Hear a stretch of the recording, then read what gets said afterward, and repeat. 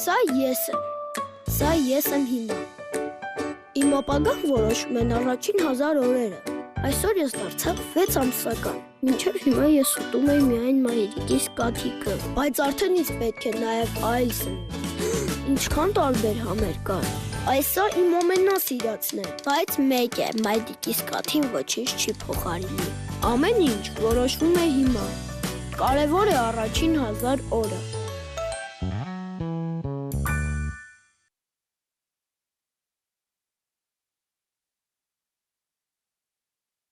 Ողջույն, հայկական երկրորդի եթերում է ինչ եփել այսօր ծրագիրը։ Եվ այսօրվա տեսադասի ընթացքում մենք խոսելու ենք այն մասին, թե ինչպես պետք է աստիճանաբար ավելացնել երեխային տրվող սննդի խտությունը, բազմազանությունը եւ բնականաբար տրման հաճախականությունը։ Իսկ հաղորդման երկրորդ հատվածում կպատրաստենք 7 ամսական երեխայի համար նախատեսված կերակուրներ։ Մնացեք մեզ հետ։ Եվ այսպես հարագի դերսետող սկսում ենք այսօրվա մեր զրույցը եւ մեծ սիրով ուզում ներկայացնել այսօրվա մեր տեսադասի փորձագետին World Vision կազմակերպության առողջապահական ծրագրերի համակարգող մանկաբույժ Ռուզաննա Մանուկյան։ Բարի գալուստ տիկին Ռուզաննա, ողջույն։ Շնորհակալություն, արև ձեզ։ Ինչպե՞ս եք։ Լավ, շնորհակալ եմ։ Տիկին Ռուզաննա, այսօր խոսելու ենք 7 ամսական երեխայի սննդակարգի մասին։ Եվ սկսենք ամենասկզբից։ Ընդհանրապես, ինչպես պետք է կերակրել 7 ամսական երեխային, ինչ քանակությամբ եւ օրը քանի անգամ։ Ուրեմն նախ եւ առաջ ասեմ, որ 7 ամսական երեխային մենք շարունակում ենք դեռևս կերակրել կրծքի կաթով, եւ դա շարունակվում է մինչեւ 2 տարեկան, եւ շարունակում ենք տալ նրան հավելյալ սնունդ, որը ներմուծվել է արդեն սկսած 6 ամսականից նրա սննդակարգ։ Հավելյալ սնունդը տալիս են օրվա մեջ 2-ից 3 անգամ։ Քանակությունը մոտավորապես 250 մլ-անոց բաժակի կեսի չափ, այսինքն 125 մլ։ Ամեն անգամ, յուրաքանչյուր անգամ։ 7 ամսական երեխային պետք է օրական 2-3 անգամ հավելյալ սնունդ տալ։ Յուրաքանչյուր անգամ տրվող սննդի քանակը պետք է կազմի 250 մգ բաժակի մոտավորապես կեսը։ Իսկ ինչպիսին պետք է լինի 7 ամսական երեխայի համար նախատեսված հավելյալ սնունդը։ Ուրեմն հավելյալ սնունդը պետք է լինի նախ եւ առաջ ուրեմն խիտ պատրաստված, քանի որ 6 ամսականից մենք սկսում ենք փոքր ինչ նոսր հավելյալ սնունդ տալ երեխային, հետո հետ-հետե խտությունը բարձրացնում ենք եւ 7 ամսականում արդեն պետք է բավականաչափ խիտ լինի երեխայի սնունդը եւ ասեմ, որ հավելյալ սնունդը պետք է լինի բազմազան, այսինքն ներառի մթերք բոլոր 5 սննդային խմբերից եւ պետք է լինի հարուստ ածխաջրատներով, սպիտակուցներով եւ ճարպերով։ 7 ամսական երեխան կարող է ուտել համասեր դարձրած, փափուկ, տրորած կամ կիսակոշտ սնունդ։ Տիկին Ռուզաննա, իսկ բազմազանություն ասելով սննդի հետ կապված, ինչ նկատի ունենք եւ կոնկրետ ինչպիսին պետք է լինի երեխային տրվող սնունդը, որպեսզի բավարարի բոլոր պահանջները օրգանիզմի։ Բացի ուրեմն ածխաջրատներից, սպիտակուցներից եւ ճարպերից, այդ 3 հիմնական ուրեմն նյութերից, որոնք անհրաժեշտ են ցանկացած մարդուն եւ նաեւ փոքրիկ բալիկին, ուրեմն սնունդը պետք է հարուստ լինի նաեւ հանքային աղերով, վիտամիններով եւ սննդային թելիկներով, որը դարձյալ անհրաժեշտ է ուրեմն մարսողական համակարգի անխափան աշխատանքի համար։ Եվ եւս մեկ հստակություն, որպեսզի հարցեր չառաջանան մեր հեռուստատողների մոտ, վիտամիններ նաեւ ասելով, որոնք են այն կարևոր վիտամինները, որոնք անհրաժեշտ են 7 ամսական երեխային։ Դրանք մի մեծ շարք են կազմում, ընդ որում լինում են ճարպալույծ վիտամիններ, ջրալույծ վիտամիններ եւ բոլոր վիտամինների կարիքն էլ երեխան, փոքրիկ երեխան ունի իհարկե։ Եվ երբ որ ես նշեցի, որ ճարպերն են անհրաժեշտ երեխայի սննդակարգում, այ հենց ճարպալույծ վիտամինների ուրեմն յուրացման համար դրանք անհրաժեշտ են։ Լավ, հիմա խոսենք միջանկյալ ուտեստների մասին, այսինքն բնականաբար առավոտյան առաջին հերթին պետք է երեխան սնվի մայրական կաթով։ Այնուհետև արդեն նախաճաշ, ճաշ եւ այլն եւ այլն։ Բայց այդ ընթացքում նաեւ պետք է երեխային տալ միջանկյալ ուտեստ եւ ինչպիսին պետք է լինի այդ ուտեստը։ Ահա, շատ լավ։ Միջանկյալ սնունդը ուրեմն պետք է լինի օրվա ընթացքում 1-ից 2 անգամ։ Եվ որպես միջանկյալ սնունդ կարելի է օգտագործել տարբեր ուրեմն ուտեստներ։ Առաջին հերթին դա կաթնամթերքն է, կաթնաշոր կարող է լինել, մածուն կարող է լինել, դա կարող է լինել որևէ միրգ, կարող է լինել թխվածք, օրինակ թխվածք ավելի հատուկ երեխայի համար նախատեսված, տնային պայմաններում պատրաստված կամ հատուկ մանկական թխվածքաբլիթ գնված։ Եվ նաև հավկիթ օրինակ կարելի է նաև տալ երեխային որպես միջանկյալ սնունդ։ Հիմնական կերակրումների միջև խորհուրդ է տրվում երեխային 1-2 անգամ քիչ քանակությամբ լրացուցիչ սնունդ տալ, որը երբեմն կոչում են միջանկյալ ուտեստ։ Իսկ հիմա խոսենք մի փոքր մրգային հյութերի եւ թեյերի մասին։ Ընդհանրապես կարելի է եւ ինչ տեսակներ կարելի է տալ երեխային։ Գիտեք, ուղղակի դրա անհրաժեշտությունը չկա։ Հյութերի մասին է խոսքը, ընդ որում հյութերի հա տանը պատրաստված միրգը գերադասելի է տալ երեխային քերված վիճակում, այսինքն մրգի քերուկն է գերադասելի, որպեսզի երեխան ուտի, այլ ոչ թե հյութը։ Իսկ թեյի համար կարող եմ կտրականապես ասել, որ ոչ, մինչև 1 տարեկան երեխան չպետք է խմի սև թեյ, քանի որ բոլորիս հայտնի է, որ թեյի մեջ պարունակվում են հատուկ նյութեր, որոնք խոչընդոտում են երկաթի յուրացմանը եւ այլ ուրեմն սննդարար նյութերի, որոնք անհրաժեշտ են երեխայի աճի համար, այդ իսկ պատճառով ուրեմն թեյը պետք է բացառել երեխայի սննդակարգից միանշանակ։ Իսկ այդ դեպքում ինչպես լրացնենք, այսինքն հեղուկի պակասը երեխայի Ջուրը լավագույնս կլրացնի երեխայի ծարավի եւ հեղուկի ուրեմն պակասը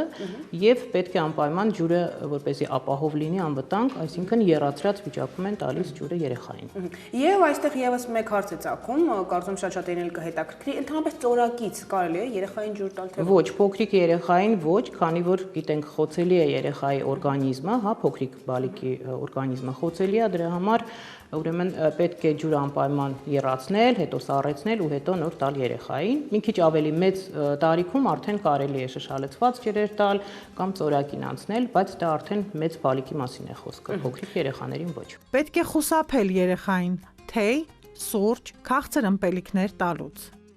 Երեխայի ծարավը հագեցնելու համար լավագույն հեղուկը ջուրն է, որը պետք է երեխային տալ ուտելուց որոշ ժամանակ առաջ կամ որոշ ժամանակ անց։ Խորհուրդ է տրվում երեխային տալ եռացրած, սառեցրած ջուր։ Շնորհակալություն Տիկին Ռուզաննա, մենք դեռ շարունակում ենք, քանի որ հիմա տեղափոխվել ենք արդեն խոհանոց եւ եւս մեկ անգամ ուզում եմ բոլորին հիշեցնել, որ բազում հարցերի պատասխաններ կարող եք գտնել նաեւ nutrition.am կայքում կամ օգտվել ահա այսպիսի գեղեցիկ գրքույկներից։ Այնպես որ մնացեք մեզ հետ, քանի որ մենք դեռ շարունակում ենք։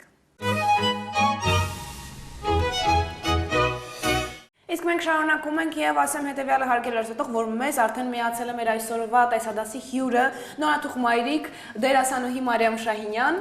ողջույն Մարիամ, բարի գալիս մեր տաղավար, եւ այսօր եւս մեկ անգամ հիշեցնեմ, որ պատրաստելու ենք 7 ամսական երեխայի համար նախատեսված կերակուրներ։ Տիկին Ռուզաննա, ընդհանրապես ինչից ենք սկսելու, կարծում եմ բնականաբար նախաճաշից։ Ճիշտ է, քանի որ ճիշտ ասած սկսելու ենք ձեռքերը լվանալուց, մենք արդեն դա արել ենք, լվացել ենք մեր ձեռքերը, դա շատ կարևոր է իհարկե, հատկապես երեխային փոքրիկին սնունդ պատրաստելուց առաջ։ Եվ հիմա ուրեմն նախաճաշ ենք պատրաստելու։ Ինչ ունենք պատրաստված նախաճաշի համար, այսինքն որ բաղադրություն։ Ուրեմն այսօր պատրաստելու ենք շիլա, հնդկաձավարով եւ կաթով շիլա, եւ գունավորելու ենք այն բնական հյութով, որպեսզի ավելի գրավիչ եւ համեղ լինի փոքրիկի համար։ Հիմա խնդրում եմ Մարիամ, եռացնենք սկզբում կաթը։ Շատ լավ, հիմա քանի որ դեռ պետք է սպասենք, որպեսզի կաթը հասնի եռման աստիճանի, իդեպ Մարիամ ուշադիր եղեք այդտեղ։ Կաթը արդեն հասնում է։ Ահա, ուրեմն արդեն կարող ենք վստահ ավելացնել նաև հնդկաձավարը, որը նախապես պետք է բնականաբար թրջել։ Նախապես մաքրել, լվանալ, հետո թրջել, այո, եւ հետո ավելացնել եռացող կաթի մեջ։ Շատ լավ։ Տիկին Ռուզաննա, իսկ հիմա էլ ավելի մանրամասն այսպես մոտենանք կերակրացանկին 7 ամսական երեխայի եւ պարզենք, թե որ, այսպես ասած, մթերքներն են ավելի օգտակար եւ հարկավոր հենց այս տարիքում։ Ուրեմն,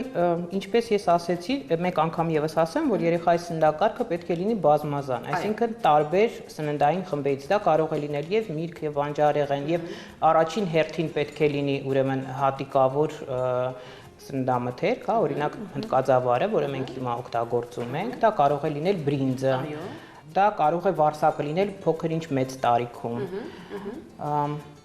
Պետք է անպայման ներմուծվի երեխայի սննդակարգ սկսած 6 ամսականից արդեն միսը, կարմիր միսը, որը համարվում է երկաթի լավագույն աղբյուր։ Երկաթ կա շատ բանջարեղենի տեսակներում, բայց լավագույնս յուրացվում է ուրեմն կարմիր մսի մեջ եղած ուրեմն երկաթը։ երեխայի օրգանիզմում եւ ընդհանրապես մարդու օրգանիզմում, այնպես որ միսը անհրաժեշտ է ներմուծել երեխայի սննդակարգ սկսած 6 ամսականից։ Մենք կշարունակենք հաշված վայրկյաններից, պարզապես այս պահին պետք է սպասենք, որպեսզի պատրաստ լինի հնդկաձավարը եւ դրանից հետո արդեն նաև կավելացնենք գազերի հյութը։ Մնացեք մեզ հետ։ Իդեպ, հնդկաձավարը արդեն պատրաստ է եւ հիմա ավելացնում ենք գազարի հյութը, թարմ պատրաստված, այո, Մարիամը դա արդեն կարող է անել։ Եվ գազարն էլ ավելացրեցինք մի քանի րոպե երասնելուց հետո, կարծում եմ արդեն պատրաստ է Մեշիլան։ Ճիշտ եմ դիտում։ Այո, այն արդեն պատրաստ է, մնում է լցնել երեխայի համար նախատեսված ամանի մեջ եւ վերջում կավելացնենք կարագը կամ կարելի է նաեւ հուսայուղ ավելացնել։ Իդեպ այսօր օգտվելու ենք պատարակաղով մանրացնելուց, քանի որ կան նաև այլ տարբերակներ։ Այո, տրորելու համար կարող ենք գթալով կամ պատարակաղով այն անել, առավել եւս որ պետք է երեխային աստիճանաբար սովորեցնել նաև կիսակոշտ սննդին, որպեսզի երեխան հետագայում կարողանա ծամել այն։ Ես մեկ հարցեր կուզեի ձեզ տալ։ Լսում եմ։ Ես գիտեմ, որ մեկ գթալից պետք է սկսել տալ հավելյալը։ 6 ամսականում, այո, պետք է մեկ գթալից սկսել, հետո աստիճանաբար ավելացնել տրվող հավելասննդի քանակը։ Այսինքն հաջորդ օրը 2, հետո 3, այսպես։ Այո, կարելի է։ Եվ խտությունն էլ քիչ-քիչ ավելացնել։ Այո, սկզբում անել փոքր ինչ նոսր, իսկ հետագայում աստիճանաբար դարձյալ ավելացնում ենք խտությունը սննդի։ Ինչու ենք ավելացնում։ Սնունդը պետք է խիտ լինի, որպեսզի կարողանա ապահովել այն անհրաժեշտ էներգիայով, նյութերով, որոնք որ կբավարարեն երեխայի կարիքները։ Դրա համար շատ նոսր խորհուրդ չի տրվում եւ այդ իսկ պատճառով ապուրներ էլ, ջրիկ ապուրներ խորհուրդ չի տրվում պատրաստել, ինչը որ իդեպ շատ տարածված է մեր բայեկների շրջանում, նրանք սիրում են այդ ապուրիկները պատրաստել եւ երեխային կերակրել, խորհուրդ չի տրվում։ Ապուրը պատրաստելուց հետո անպայման պետք է ուրեմն տրորել կոմպոնենտները մեջի եղած, որպեսզի ուրեմն խիտ զանգված ստանալ արդյունքում։ Շատ լավ, հիմա արդեն ավելացնենք կարագը Մարիամ եւ վստահ կարող ենք մատուցել։ Մեշիլան ոչ այնքան համասեռ է ստացվել եւ դա վատ չի, քանի որ երեխային, ինչպես ես արդեն նշեցի, պետք է սովորեցնել նաեւ կիսակոշտ սննդի, որպեսզի նա կարողանա այն ծամել եւ կուլ տալ։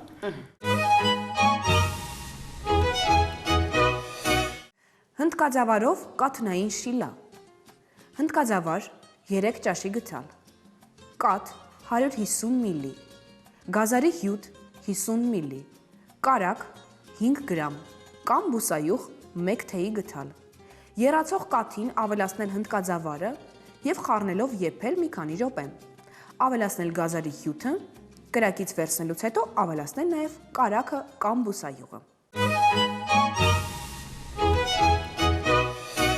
Այսպես հարգելի լսող շարունակում ենք եւ անցնում ենք հաջորդ ուտեստին, պատրաստելու ենք տանձով մուս, որը նույնպես նախատեսված է նախաճաշի համար։ Առաջին հերթին կարծում եմ պետք է տանձը եփենք։ Այո, նախապես լվացած տանձը կտրատենք եւ եփենք եռացող ջրի մեջ։ Շատ լավ, բայց ուրեմն խնդրում եմ տեղափոխել եռացող ջրի մեջ։ Այո։ Եփելուն պես արդեն տանձը կանցկացնենք մաղով եւ կշարունակենք։ Տանձը արդեն եփվել է եւ հիմա անցնում ենք այն process-ին, երբ պետք է այն անցկացնենք մաղով։ Այո։ Մեզ անհրաժեշտ է մաղ եւ գթալ։ Հիմա պետք է ուրեմն այն մաղենք, մաղով անցկացնենք եւ շարունակենք եփել։ Այսինքն տեղափոխենք այն հյութի մեջ, այն արգանակի մեջ, եփուկի, հա,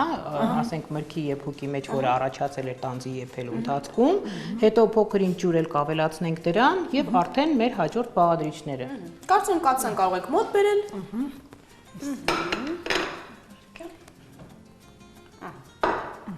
Տիկին Ռուզանա, ինչ Մարիամը այս գործողությունը կկատարի, մենք մի փոքր խոսենք նրա մասին, որ ընդհանրապես կան այնպիսի մթերքներ, մրգեր, բանջարեղեններ, որոնք կարող են երեխայի մոտ շնչահեղձություն առաջացնել։ Նրանք տանձը պատկանում է այդ մրգերի։ Գիտեք, տանձը եթե այն եփված չի եւ մեծ կտորներով է տրվում երեխայի ձեռքը, այո, երեխան կարող է լնդերով կծել, հա, ինչ որ մի կտոր եւ դա դառնա շնչահեղձության պատճառ։ Բացի դրանից, այո, կարող են լինել հատիկավոր ընդեղենը, ընկուզեղենը, հա, օրինակ այդ իսկ պատճառով պետք է խուսափել այն տալ երեխայի որպեսզի կանխարգելել շնչահեղձությունը։ Բայց մեծ տարիքում արդեն կարելի է քիչ քանակությամբ։ Այո, մեծ տարիքում։ Այո։ Քերիչի օգնությամբ կարելի է տալ 6 ամսականից սկսած։ Օրինակ ընկույզը շատ ճաշատեսակների մեջ մանրացնում են, քերում են, հա, որպեսզի այն բարձրացնի սննդային արժեքը ճաշատեսակի, տրվող ճաշատեսակի։ Եվ այն process-ից հետո, երբ Մարիամը արդեն մաղի օգնությամբ անցկացրեց եփված տանձը, արդեն կարող ենք շարունակել եւ պատրաստումը։ Այո։ Ուրեմն ավելացնում ենք եռացրած ջուր, եփուկին եւ արդեն մաղված տանձին, մոտավորապես 50 մլ, որից հետո ավելացնում ենք սպիտակաձավարը։ Անմիջապես։ Այո։ Նաև ունենք նախատեսված շաքարավազ։ Այո։ Եվ շաքարավազը իհարկե չենք չարաշայի, շատ քիչ քանակությամբ կավելացնենք եւ ուզում եմ ուշադրություն հրավիրել այն մայրիկներին, ովքեր որ սիրում են չարաշայել շաքարավազը, ուզում եմ ասել, որ այն պետք է շատ չնչին քանակությամբ ավելացվի եւ երբեք մի փորձեք ձեր բերանի համով ձեր ճաշակով պատրաստել երեխային ցանկացած ուտեստ, քանի որ վերաբերվում է աղին։ Այո, նույնն էլ վերաբերվում է աղին եւ պետք է շատ չափավոր օգտագործել ինչպես աղը, այնպես էլ շաքարավազը։ Աղը իհարկե պետք է օգտագործել ավելի ուշ տարիքում, հա, 10 ամսականից սկսած։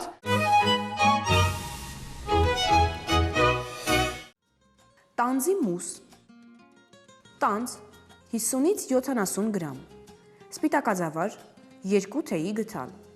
Ջուր 100 մլ։ Շաքարավազ 15 գրամ։ Տանձը լվանալ, կտրատել եւ եփել ջրով։ Այնուհետև քամել, անցկացնել մաղով, ավելացնել եփուկը եւ եռման ջուր։ Հասցնել եռման աստիճանի, խառնելով ավելացնել սպիտակաձավարը, մի փոքր շաքարավազ եւ եփել եւս 8-ից 10 րոպե։ Եվ այսպես հարգելիներս պատրաստ է տանձի մուսը, որը նախատեսված է նախաճաշի համար, եւ հիմա անցնում ենք հաջորդ մեր ուտեստին, պատրաստելու ենք միջանկյալ ուտեստ, եւ ինչ է իրենց ներկայացնում այս ուտեստը։ Ահա, սա կատնաշոր է բանանով, ընդ որում կատնաշորը պետք է պատրաստենք ինքներս տնային պայմաններում, ոչ թե օգտագործենք գործարանային ուրեմն պատրաստման կատնաշոր։ Այն բավականին հեշտ է պատրաստվում եւ հիմա բոլոր գործողությունները ուրեմն հրավը կկատարենք։ Մեզ այս փուլում հարկավոր է 1 բաժակ կաթ, Այո։ մոտավորապես կես թեյի գթալ կիտրոնի հյութ եւ կես հատ բանան, հարգելի երեխա։ Եվ քանի որ կաթը արդեն պետք է եռման աստիճանում լինի, մենք արդեն նախապես եռացնում ենք 1 բաժակ կաթ։ Այո։ Փաստորեն հիմա կարող ենք անցնել առաջ եւ աստիճանաբար ավելացնենք կիտրոնի հյութը, ընդ որում շատ կարևոր է, որ այս գործընթացը աստիճանաբար իրականացնենք, որպեսզի հետագայում ստացվող կատնաշորը փափուկ լինի։ Տիկեր Զանա, քանի որ ունենք նախատեսած 1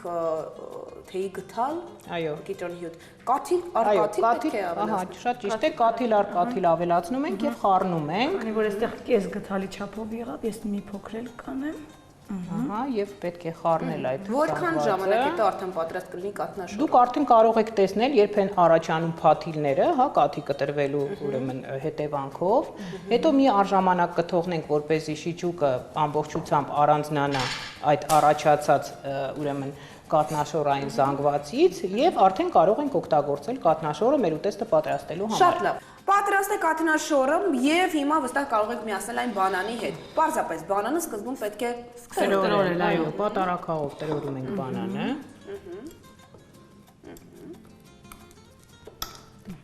Հիմա կարող ենք միացնել նաեւ կատնաշորը։ Միասին տրորեմ։ Այո, կարելի է։ Այնուհետև տարայի մեջ։ Մի քիչ մեծ ափսեի մեջ կարելի անել, որ հարմար լինի, իսկ հետո արդեն կլցնենք այն ամանի մեջ, որից պետք է կերակրենք բալիկին։ Վերջ, Այսքանն է, շատ հեշտ պատրաստող։ Սա միջանկյալ ուտեստ է։ Այո, կարելի է տալ եւ առավոտյան եւ երեկոյան։ Կատնաշոր բանանի համադրությամբ։ Կաթ 1 բաժակ, բանան կես հատ, լիմոնի հյութ 1 մլ, կատնաշորը պատրաստելու համար եռացող կաթին կաթիլ առ կաթիլ ավելացնել կիտրոնի հյութը, մինչև որ կաթը կտրվի։ Այնուհետև ստացված զանգվածը քամել եւ միացնել բանանի հետ, տրորել եւ կերակրել։ Ինչ Ինչից ենք պատրաստելու այսօրվա մեր ճաշիկը Տիկին Ռուզանա։ Ուրեմն բաղադրամասերն են այսօրվա ճաշիկի մեր բրինձը, գազարի քերուկը եւ բրոկոլին։ Իդեպ ասեմ, որ բրոկոլին համարվում է կաղամբի բավականին լավ տեսակներից, հա, արժեքավոր տեսակներից եւ նախկինում այն ներկրվում էր Հայաստան, իսկ հիմա արդեն մի քանի տարի այն աճեցվում է նաեւ մեր երկրում։ Շատ լավ, նաեւ մեզ հարկավոր է 1 բաժակ ջուր։ Այո։ Ահա, որը այսինքն մեկ բաժակ չափով ջուրը արդեն երացնում ենք եւ երացող ջրի մեջ պետք է տեղափոխենք նախապես լվացված, այո, լվացված թրջված բրինձը։ Այո, դա կարող է սարքին անել եւ Տիկին Ռուզանա, ամեն դեպքում, եթե այսպես կարելի որոշակի կերպով օրինակ փոխարինել բրոկոլին, որովհետև այսօր միգուցե շատ-շատերին հասանելի չլինի այս տարբերակը։ Այո, շատ տեղին էր ձեր հարցը, իսկապես կարելի է փոխարինել մեկ այլ բանջարեղենով, թեկուզ կաղամբի մեկ այլ տեսակով։ Օրինակ ծաղկակաղամբով, ոչ։ Շատ լավ։ Բրինձի հետ միասին ավելացնում ենք նաև քերված մանր քերիչով անցկացված գազարը։ Պաստորեն գազարը ավելացնելուց հետո մի փոքր սպասում ենք, որպեսզի հասցնենք գերման աստիճանի ընդհանրապես բաղադրիչները եւ այո, մի փոքր ինչ ավելացնել նաև բրոկոլի։ Իսկ բրոկոլին փոքր ինչ ուշ ենք ավելացնում, քանի որ այն ավելի շուտ է, այո, հատկություն ունի։ Իսկ դրանից հետո արդեն պետք է անպայման պետք է տրորել այն, դա կարելի է անել ինչպես բլենդերով, այնպես էլ սովորական պատարագաղով, հա, ամանի մեջ։ Եվ հետո արդեն մատուցել երեխային, այո, ավելացնելով փոքր կարակ, մի փոքր կտոր կարակ, կամ բուսայուղ, նաև այո, դրանցնել վալիկին։ Այնպես որ կպատրաստենք ճաշիկը եւ կմիանանք ձեզ։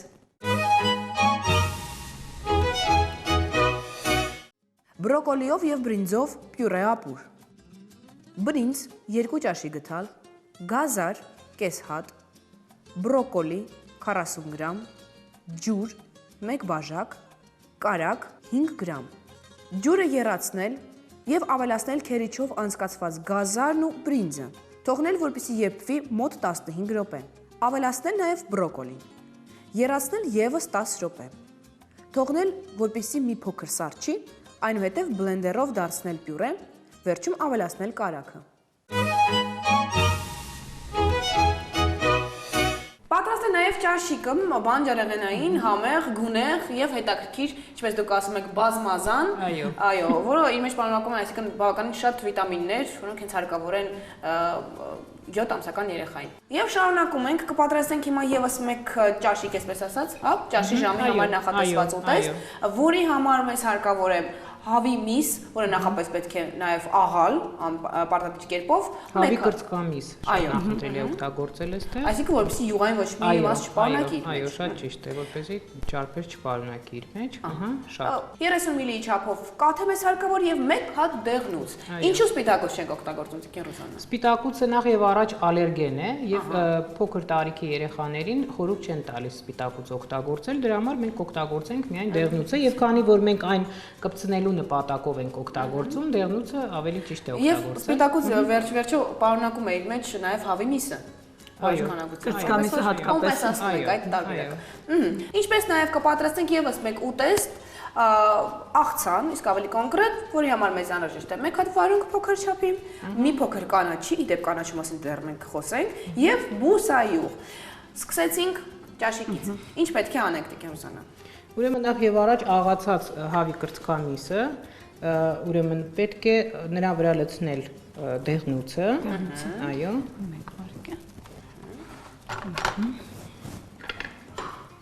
մենք պետք է եփենք հետագայում այն ջեռոցում, ուրեմն լավ խառնել երկուսը միասին, հետո ավելացնել նաև կաթը։ Այսինքն բոլոր բաղադրիչները իրար միացնելուց հետո մենք պարզապես տեղափոխում ենք ջեռոցի համար նախատեսված տապակի մեջ ջերմակայուն եւ տեղափոխում ենք ջեռոց։